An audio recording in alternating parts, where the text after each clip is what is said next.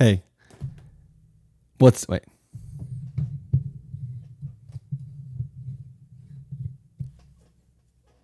Hey, everybody.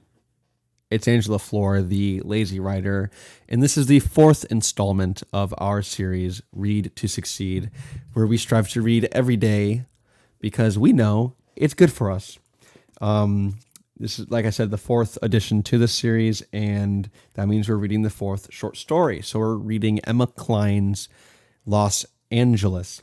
I want to mention a couple things. First of all, the first time I recorded this, it lasted like 30 minutes. I spoke about this story for 30 darn minutes. Why? Because it stirred a lot of thought for me. Like, really, a lot of thought. I told a story. I told two stories. And I just kept going. And I'm like, man, that's taking forever. And I don't want to upload a crazy one because I decided at the end of it, no, I need to keep this series a little bit pure, stick to what I learned as a reader, or what I experienced as a reader, and what I learned as a writer. But both of those branched into these huge subjects because I experienced a lot and I read a lot. And I learned a lot. Or what I learned was multifaceted. But I'm going to try to make this quick. And I've been considering doing a podcast, and I'm going to do a weekly podcast. I'm pretty confident about that now because if I was able to do 30 minutes on just this, I can talk about my week's reading and just kind of go. I don't even have to talk about reading. I'm just going to talk. Okay, so like I said, it's about a girl. I don't know if I've told the summary. I'll tell it again if I have.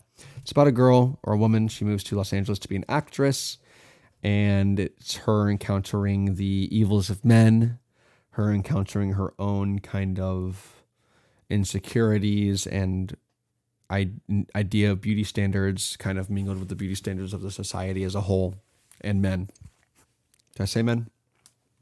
So my experience as a reader, it was my least favorite story so far, but not because I think of any reason other than I think there are things that people naturally, subjects that people naturally are, or based on their life experiences, are more affected by.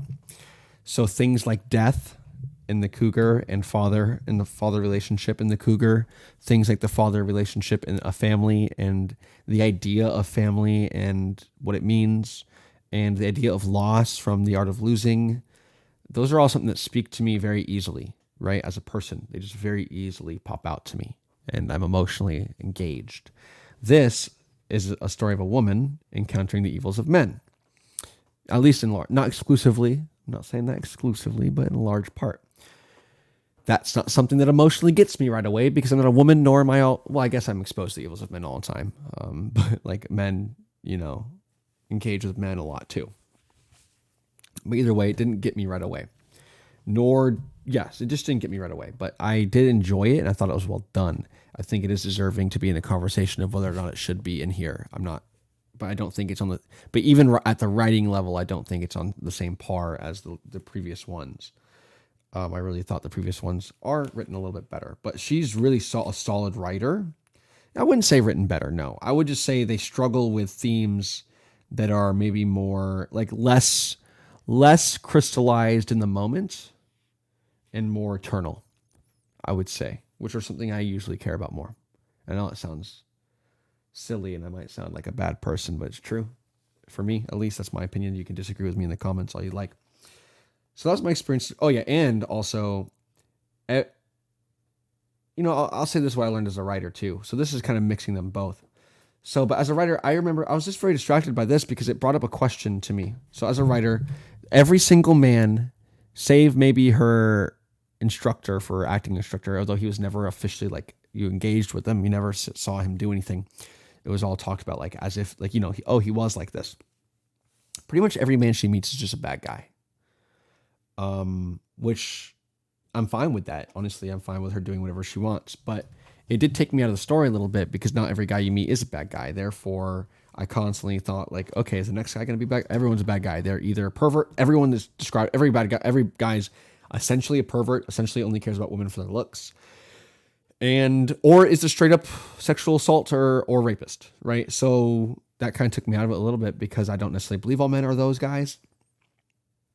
But I thought it was written really well, so I was fine with it.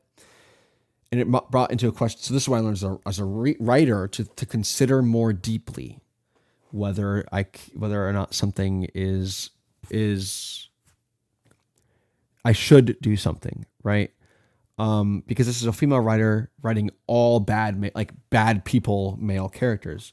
And then as a male writer, I'm like, well, when I write female characters, should I write them all bad? Should I write them all good? Should I try to make it an even distribution? Should I try to make it representative of what I've experienced in my life? Should I look up statistics and figure out exactly how I should represent women?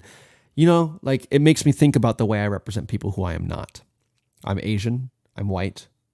I'm Asian. So whenever I write a character who's neither, should I be overly careful? Is there a just right amount of carefulness? Because for her, I felt that she was not careful at all. She was just like, every single male character in my story is going to be an evil bad guy. And it served the story well. I mean, part of the idea is that the male oppression, right? Male is oppressing the female. That's part of her story. And whether or not you agree with it, she does pretty well with that, specifically through this image that reoccurs. Clothing is always really overly tight on her. And I'd like to actually show you one of the very first one is like she's talking about the clothes she was given by her boss to wear at work. And it says that they were cool because she got a lot of different kinds, but there was a caveat. Her manager had picked them out and everything was a little too tight, a size too small. The pants cut into her crotch, left red marks on her stomach and the exact outline of the zipper. So and that happens multiple times where these clothes are just constricting her. And I think it kind of symbolizes the idea of the male dominance in society constricting her. And whether or not you agree with it, I think it's a good image to describe that idea. So yeah, it makes me wonder, like, how careful should I be as a person, right?